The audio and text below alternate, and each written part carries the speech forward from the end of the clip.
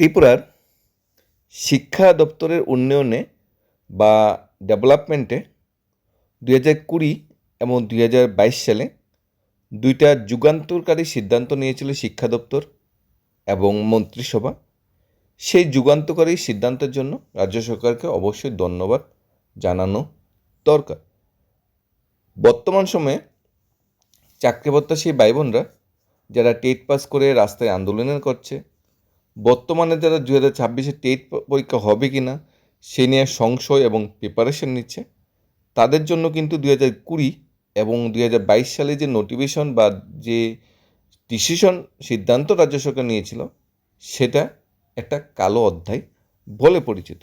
সেদিন রাতারাতি কী সিদ্ধান্ত নিয়েছিল আমাদের রাজ্যের বর্তমান সরকার, যারা শিক্ষাক্ষেত্রে যুগান্তকারী উন্নয়ন চাই। ছাত্র সংখ্যা হ্রাসের অজুহাতে 2020 সালে অস্নাতক আন্ডার গ্রেজুয়েট যেটা বলে টেট 1 শিক্ষক, সেখানে 3103টি শূন্যপদ অবলুপ্ত করে দিয়েছিল শিক্ষা দপ্তর। অর্থাৎ 3103 জনকে চাকরি দেওয়া যেত, 3301 জনকে চাকরি না দিয়ে ওই শূন্যপদগুলি টোটালি অ্যাবলিস্ট করে দেওয়া হয়েছে, অবলুপ্ত করে দেওয়া হয়েছে। সেরকম টেট 2-র মাধ্যমে এলিমেন্টারি এডুকেশনের ডিপার্টমেন্টে 2089 জন ক্যান্ডিডেটকে চাকরি দেওয়া যেত, কিন্তু 2022 সালে রাজ্য সরকার কী করেছে, 2089টি খানা শূন্যপদ অ্যাবলিস্ট বা বাদ করে দিয়েছে। বর্তমান সময়ে ছাত্রছাত্রীর সংখ্যা আরও কমছে দিন দিন সরকারি বিদ্যালয়ে, তাই যেভাবে চলছে আগামী 1-2 বছরে হয়তো আরও 3 থেকে 4 হাজার শূন্যপদ অ্যাবলিস্ট করে দিতে পারে বর্তমান সরকার, সেই পথে কিন্তু হাঁটছে। সব মিলিয়ে এই 2 বছরে 2020 থেকে 2022 যেই 2টা বছর, এই 2 বছরে 5192টি শিক্ষক শিক্ষিকার পদ অবলুপ্ত করে দিয়েছে। অর্থাৎ এই পদগুলোতে আর কোনো দিন নিয়োগ করবে না, পদগুলো বাতিল করে দেওয়া হয়েছে। অজুহাত একটাই, বর্তমান সময়ে শিক্ষকের থেকে স্টুডেন্ট বেশি, সরকারি বিদ্যালয়ের স্টুডেন্ট কম, ছাত্রছাত্রীর সংখ্যা কম, তাই নিয়োগ করা যাবে না। তবে এক সময়ে রাজ্যের শিক্ষা দপ্তর বা তৎকালীন শিক্ষামন্ত্রী রতনলাল মোদী বলেছিল রাজ্য সরকার চাইলে একসাথে 16,000 চাকরি দিতে পারে, কিন্তু কোয়ালিফাই ক্যান্ডিডেট নেই। 16,000 চাকরি তো অনেক দূরের কথা, 16,000 চাকরির পরে 10,323 চাকরি চলে গিয়েছে। মানে ইচ্ছে করলে অনেক চাকরি দিতে পারে, কিন্তু সেই পরিমাণ সদিচ্ছা কিন্তু রাজ্য সরকার দেখাচ্ছে না, শূন্যপদ অ্যাবলিস্ট করে দিচ্ছে। এ নিয়ে 2টা প্রতিবেদন উঠে এসেছে। একটা প্রতিবেদন বলেছে ভেঙে পড়েছে ত্রিপুরার শিক্ষা কাঠামো, শিক্ষক নিয়োগ হচ্ছে না, অবলুপ্ত 5192টি পদ।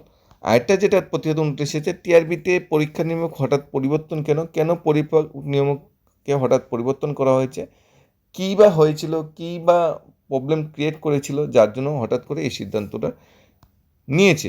এই সিদ্ধান্ত পরিপ্রেক্ষিতে রাজ্য সরকারের কাছে একটা ডেপুটেশনও দেওয়া হয়। ডেপুটেশনের মেইন দাবিটা ছিল, একদিকে রাজ্যে প্রতিটি স্কুলে শিক্ষকের চরম সংকট, অন্যদিকে রাজ্যে হাজার হাজার বিএড ডিএলএড এমএড পাস বেকার যুবতী, অথচ সরকার শিক্ষক নিয়োগ করছে না। স্কুলের ছাত্রছাত্রীর পড়াশোনা প্রায় বন্ধ, ফলে দ্রুত প্রয়োজনীয় সংখ্যক শিক্ষক নিয়োগ করতে হবে। এটা একটা দাবি, এটা বিরোধী দল থেকে এই দাবিটা করা হয়েছে বা বিরোধী ছাত্র সংগঠন থেকে এই দাবিটা করা হয়েছে। টিআইবিটি গত 6-7 বছরে মুখ থুবড়ে পড়েছে। টিআইবিটি নিয়ম করে দাঁড়াবে টেট পরীক্ষা নিচ্ছে না, পরীক্ষা নিলে ফলাফল প্রকাশ করছে না, ফলাফল প্রকাশ করলে সার্টিফিকেট দিচ্ছে না, নানা কৌশলে পরীক্ষার্থীর উদ্দেশ্যে পরিণতভাবে হয়রানি করে চলছে রাজ্যের বছরের বছর। ফলে টিআইবিটির স্বচ্ছতা দায়বদ্ধতা কাজে গতি আনতে প্রয়োজনীয় পদক্ষেপ গ্রহণ করতে হবে। 2 নম্বর যেটা দাবি করা হয়েছিল। 3 নম্বর দাবি করা হয়েছে, টিআইবিটি বর্তমান চেয়ারম্যান সোশ্যাল মিডিয়াতে যেভাবে বক্তব্য পেশ করে তাতে স্পষ্ট যে তিনি একজন রাজনৈতিক দলীয় কর্মী, চূড়ান্ত জেনজি বিরোধী। পরীক্ষা নানা সময় তাদের সমস্যা নিয়ে ওনার নিকট গেলে উনি নানাভাবে তাদের অপমানিত করে। ওনার নেতৃত্বে টিআইবিটি কোনোভাবেই স্বচ্ছতার সাথে ধারাবাহিক শিক্ষক নিয়োগ প্রক্রিয়া পালন করতে পারছে না বা পারবে না।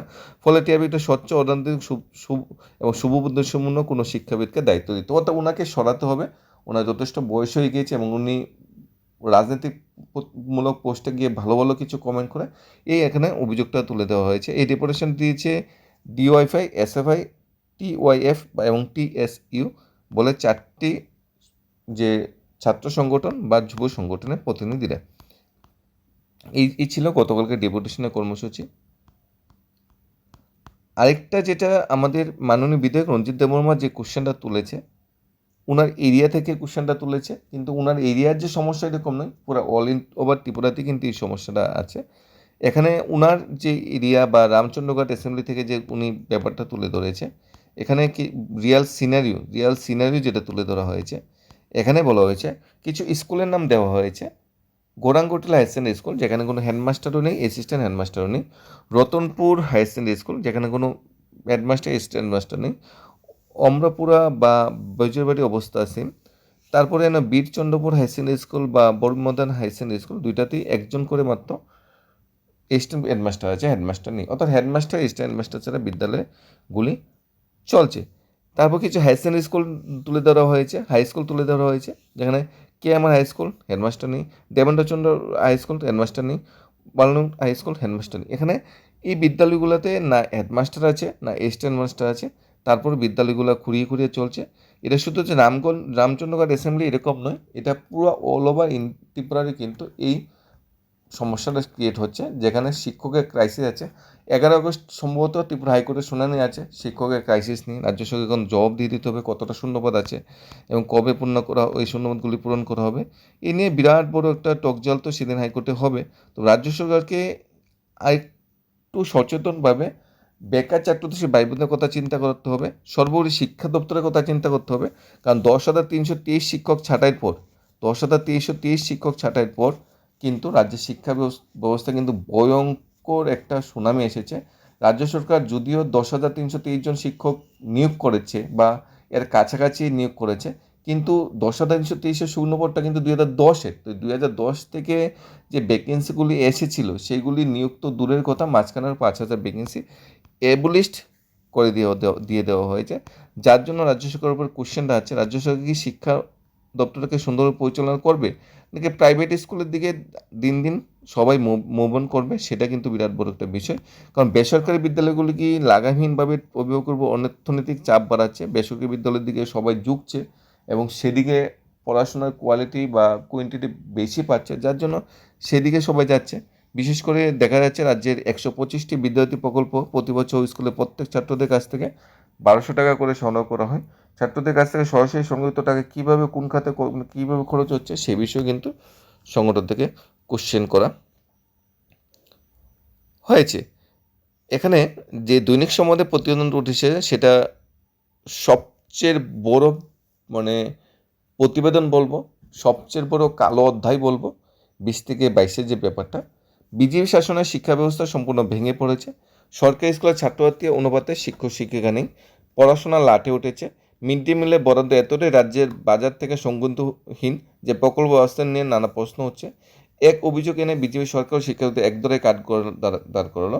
শুক্রবার শিক্ষকদের উদ্দেশ্যে ডেপুটেশন প্রদান করে শিক্ষার বেহাল দশা নিয়ে উদ্বেগ প্রকাশ করেছে সংগঠন।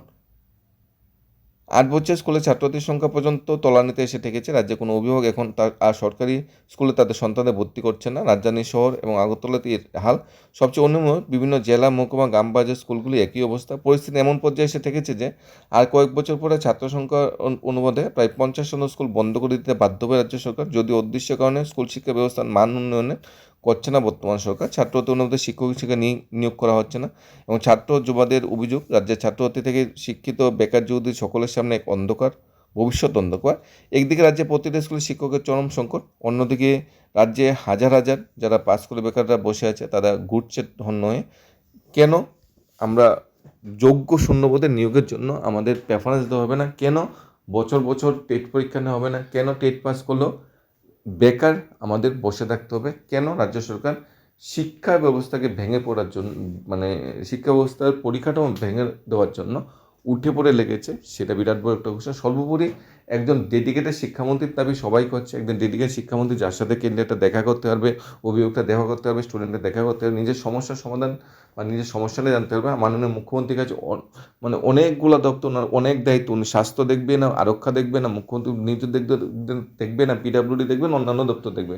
তাই শিক্ষা দপ্তর নিয়ে সবাই একটু পজিটিভভাবে দেখছে যে আলাদা একটু শিক্ষামন্ত্রী দরকার, যার কাছে আমরা যেতে পারবো, শিক্ষা বিষয়গুলো আলোচনা করতে পারবো এবং উনি আমাদের যে বিভিন্ন প্রবলেমগুলো আছে তার একটা সমাধান দেবে। তবে এইভাবে চলতে থাকলে হয়তো ভবিষ্যতে আরও অনেক কিছু শূন্যমতো এভলিস্ট হয়ে যেতে পারে।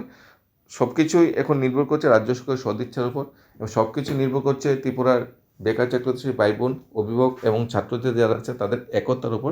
সবাই যদি এক থাকে এবং একসাথে যদি এই কোশ্চেনটা রাজ্য সরকার করা হয়, তাহলে হয়তো রাজ্য সরকার কিছুটা চাপে থাকবে এবং এইভাবে শূন্যপদগুলো এভলিশ করবে না রাতের অন্ধকারে, এইভাবে শূন্যপদগুলি বাদ করা হবে না, কারণ শূন্যপদগুলি ত্রিপুরা বেকার ছাত্রছাত্রীর ভাই বোনের প্রাপ্য অধিকার ছিল। এখানে 5,000 ফ্যামিলি বেঁচে যেত, 5,000 ফ্যামিলি বেঁচে যেত, প্লাস 5,000 শিক্ষক নিয়োগ করলে যদি প্রত্যেকটা স্কুলে যদি শিক্ষকগুলো ঠিকঠাক ডিস্ট্রিবিউট হতো, তাহলে সরকারি শিক্ষা কাঠামো ভেঙে পড়তো না এবং সরকারি বিদ্যালয়গুলি আরেকটু ফুলে ফেঁপে উঠতো এবং অভিভাবকটা একটু সাহস পাইতো, হ্যাঁ সরকারি বিদ্যালয়ে টেট পাস শিক্ষক আছে, কোয়ালিটি শিক্ষক আছে, তার কাছে আমাদের সন্তানটা 100% নিরাপদ। ধন্যবাদ।